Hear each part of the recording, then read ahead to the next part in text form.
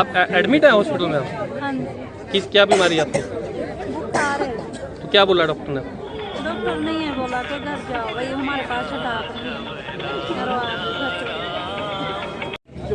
Problem sir ये है कि गाड़ी बुखार है, छाती में दर्द बिल्कुल, कल एडमिट हुए थे, इंजेक्शन लग रहे हुए थे, तो डॉक्टर ने आज छुट्टी कर दी सुबह। किस कारण से करी छुट्टी आप? छुट्टी का कारण कोई पता नहीं लगा जी मेरे को, छुट्टी कर दीजिए एकदम।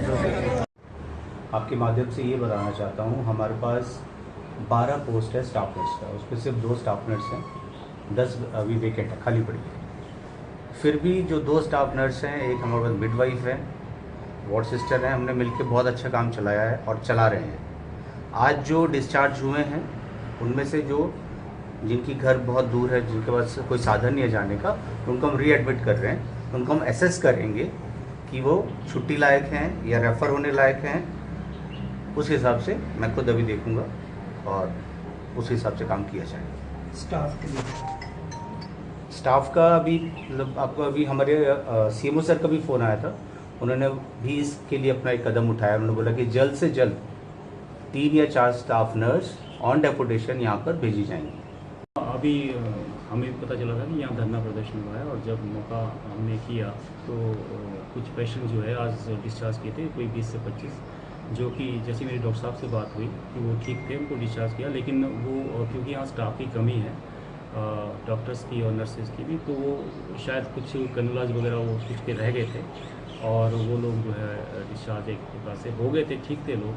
लेकिन कुछ कन्फ्यूजन हुआ, कुछ लोग कन्विंस भी नहीं हुए उन्हें, क्योंकि स्टाफ की कमी है, तो इस करके वो धरना हुआ था। लोगों को हमने कन्विंस किया है और दोबारा से उनकी जो है ना वो प्रॉपर डिस्चार्ज हो जाए, ऐसा डॉक्टर साहब अभी कर रहे हैं। तो आई होप कि वो जो है ना, क्योंकि वो ठीक है तो डिस्चार्ज तो होना ही था, बट कुछ कन्फ्यूजन थे, कुछ कन्विंस नहीं हुए उन्हें। सर तो आगे कल से क्या स्थिति रहेगी सर ऐसी?